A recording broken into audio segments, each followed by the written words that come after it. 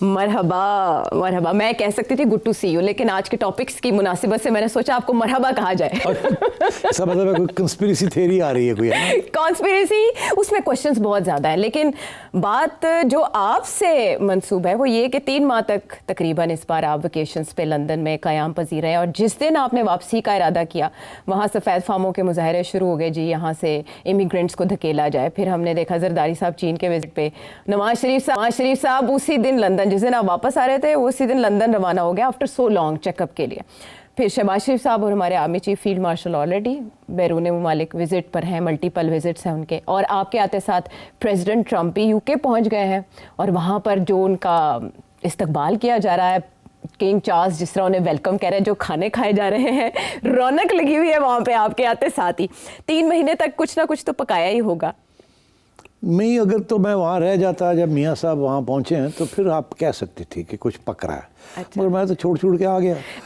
آپ نے بندوبست نہیں کیا, مطلب وہ کیا کہتے ہیں کارپیٹ بچھانا, اس کے لیے زمین ہموار کرنا جو آگے ہونے جا رہا ہے؟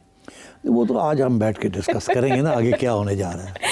ہاں, لیکن لوگ ایکسپیکٹ کر رہے تھے کہ آپ ریم میں سٹارٹ کریں گے. ہم نے تو کل آپ کی رونمائی دیکھی, آپ تو جو کہتے ہیں نا سر منڈاتے ہی اولے پڑے, یا کہتے ہیں آسمان سے گرا کھجور میں اٹکا. ہم نے آپ کو کل پی سی بھی اچانک دیکھا, تو کیا ہو گیا آؤٹ آف نو ویئر؟ کیا ہو گیا یہ تو ہم آپ سے پوچھیں گے کہ کیا ہوا تھا کہ آپ کو ریسکیو کرنا پڑا جا کے. نہیں, ایسی بات تو نہیں تھی, کسی کو ریسکیو تو نہیں کرنا پڑا. بہرحال بات کرتے ہیں اس کی. ہاں, وہ اس پہ ہم آپ سے ضرور پوچھیں گے, کیونکہ سب جاننا چاہتے ہیں کہ ہیڈ لائنز کچھ بنی لیکن پس پردہ کچھ اور ہوا جو انڈین میڈیا میں چھپ رہا ہے. پس پردہ جو ہوا میں آپ کو بتاؤں گا, کوئی کوشش میں کر لوں گی, باقی ٹرائی کر لینا. ٹھیک ہے. ہاں, لیکن ملک کے وسیع تر مفاد میں کچھ نہ کچھ چیزیں تو آئیں گی سامنے. ملک کے وسیع تر مفاد میں جو ایک بہت بڑی ڈیولپمنٹ ہوئی ہے, ہم اس سے آغاز کر لیتے ہیں. سب کو اندازہ تھا کہ دنیا جو ملٹی پولر ہونے جا رہی ہے اس میں چائنا کا کیا کردار ہوگا. ٹیرف وار کی وجہ سے ڈونلڈ ٹرمپ جس طرح چین کی طرف سب کو چین کے کیمپ میں دھکیل رہے ہیں, وہ SCO کانفرنس میں ہم نے دیکھ لیا, آپ نے اس کے اوپر اپنا انالیسس بھی دے دیا.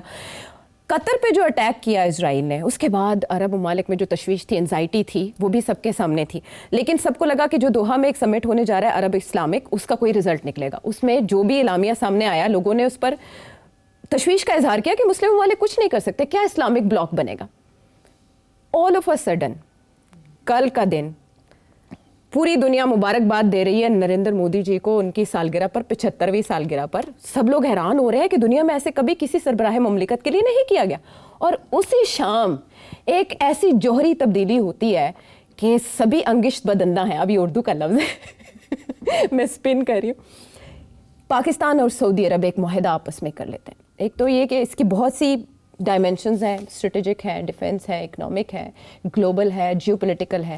سبھی ڈائمینشنز کی طرف میں جاؤں گی, لیکن میں پہلے آپ سے یہ جاننا چاہوں گی کہ اس کی ٹائمنگ کتنی اہم ہے, اور کیا جو اٹیک تھا قطر پہ وہ اس کی سیڑھی بنا؟ ٹھیک ہے, آہستہ آہستہ اسٹیپ بائی اسٹیپ چلتے ہیں. یہ پہلا سوال بڑا ریلیونٹ ہے کہ کیا اس کے پیچھے کیا ہے, کیوں یہ ٹائمنگ کیا ہے. تو اس میں تو کوئی شک نہیں ہے کہ جو کچھ ہوا جس کا آپ نے ذکر کیا ہے, قطر کے اوپر جو ہے, جس کی وجہ سے سارے اکٹھے ہو گئے, اور اس کا سب سے بڑا جو امپیکٹ تھا وہ یہ تھا کہ یہ سارے جو ممالک ہیں یہ سارے امریکن سیکیورٹی امبریلا کے نیچے ہیں. سعودی عربیہ بھی سارے ہتھیار اور ساری ٹریننگ وغیرہ امریکہ کرتا ہے, قطر کا بھی یہی حال ہے, سب کا یہی حال ہے.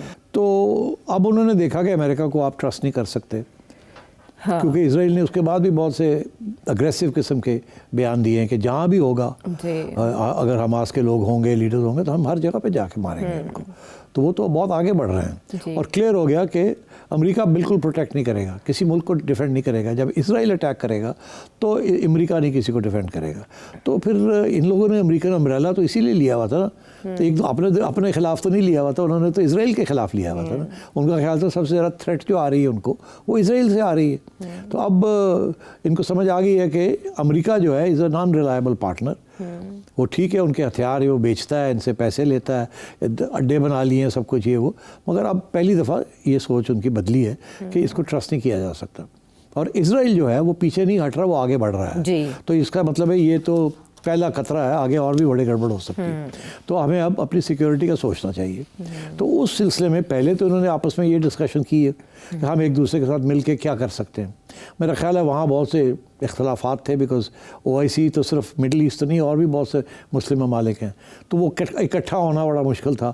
کوئی لوگ ایسے ہیں جو کہ اسرائیل کے حمایتی ہیں, کوئی لوگ ایسے ہیں جو کہ اسرائیل کے خلاف ہیں, کوئی نیوٹرل ہیں, تو اس لیے کوئی ایک پلیٹ فارم نہیں ملا. مگر تو پھر انہوں نے یہ سوچا, سعودی عربیہ نے اور میرا خیال ہے قطر نے اور UAE والوں نے, کہ ہم کچھ علیحدہ کچھ چیز سوچیں اپنی. اور اس میں ظاہر ہے جو بات سمجھ آئی وہ یہی سمجھ آئی کہ ایک اور پاکستان وہاں پہنچا ہوا تھا, اس کو بلایا ہوا تھا یاد, تو یہ پہنچے ہوئے. تو Pakistan is the leading only nuclear power Muslim state, اور پاس نہیں ہے نیوکلیئر ویپن. تو اور سب سے امپورٹنٹ بات یہ کہ پاکستان کی وہ اہمیت پہلے نہیں تھی جو آج ہے. کیا ہوا, پہلے کیوں نہیں تھی؟ اب یہ نظر یہ آیا کہ اوہو یہ تو بڑے لڑاکو ہیں, یہ تو بڑی زبردست لڑائی کرتے ہیں, انہوں نے انڈیا کی پٹائی کر دی, کمال ہی ہو گیا, یہ تو ہم نے سوچا ہی نہیں تھا. دنیا سڈنلی از ووکن اپ کہ یار پاکستانی فوج, پاکستانی قوم اتنے نر لوگ نے, اتنے لڑتے ہیں اور ٹھیک ٹھاک لڑتے ہیں اور اڑا کے رکھ دیتے ہیں. مطلب ہے کہ آفٹر اسرائیل اب تو لوگ کہتے ہیں اسرائیلی آرمی کیا ہے, پاکستانی آرمی ہے جی. تو آپ کی فوج نے آپ کو کہاں پہنچا دیا ہے لوگوں کی نظروں میں, آپ کے ملک کی عزت اور آپ کی بیسک اسٹرینتھ. تو لوگوں نے کہا یار دس از دا سولوشن. اچھا پہلے یہ تھا کہ بھئی وہ کوئی انسٹیٹیوشنل ارینجمنٹ نہیں تھا, وہ یہی تھا کہ جی مکہ شریف کو ڈیفینڈ کرنے کے لیے وغیرہ تھوڑے بہت سیکیورٹی فورسز تھی ان کے پاس, ٹریننگ پولیس اور تھوڑی بہت انٹرنل سیکیورٹی. اب انہوں نے ڈیفنس پیکٹ سائن کیا ہے جس میں یہ کہا گیا ہے کہ اگر آپ کے اوپر جنگ ہوتی ہے تو وہ ہماری جنگ ہے جی. ایک ملک پہ حملہ, دوسرے ملک پہ تصور. یہ کوئی چھوٹی بات نہیں ہے, یہ بہت بڑی بات ہے. ایسی باتیں کم ہی ہوتی ہیں تاریخ کے اندر. یہ ہوتی ہے الائنس ہے, سیکیورٹی کا ہے, ہیلپ کریں گے, یہ کریں گے, یہ دس از اے ویری بگ اسٹیپ. تو میں سمجھتا ہوں کہ یہ بڑا سوچ سمجھ کے یہ قدم اٹھایا گیا اور یہ اناؤنسمنٹ کی گئی. تو اب وہ بالکل اس کی وجہ سمپلی یہ ہے کہ لوگوں نے پہچان لیا ہے کہ پاکستان کی فوج کے ساتھ کلوز رہنا, ان کو اپنے ساتھ رکھنا از این ایڈوانٹیج. اور اب دنیا ایون اسرائیل اس کو ریکگنائز کرے گا.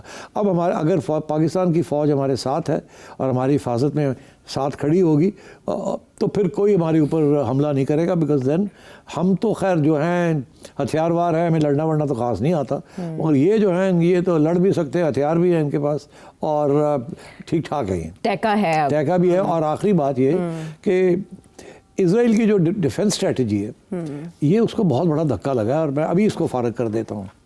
وہ یہ دھکا یہ لگایا کہ اسرائیل کی ڈیفنس اسٹریٹجی کے اندر Israel is the only power in the Middle East. انہوں نے نیوکلیئر بم کیوں بنایا ہوا ہے؟ انہوں نے نیوکلیئر بم بنایا ہوا ہے اس لیے کہ اگر خدا نہ خواستہ ان کی طرف سے کہ اگر ان کو کوئی مٹانے آئے, اگر کوئی جنگ ایسی ہوتی ہے ایجپٹ کے ساتھ جیسے پہلے ہوئی یا پہلے کی اور جو جنگیں ہوئی ہیں وہاں, کہ اگر وہ مٹنے جاتے ہیں تو پھر وہ نیوکلیئر ویپن استعمال کریں گے, اور نیوکلیئر ویپن استعمال کر کے اپنے آپ کو بچائیں گے, خواہ دوسرے کو مارتے وارتے خود بھی ڈسٹروائے ہو جائیں.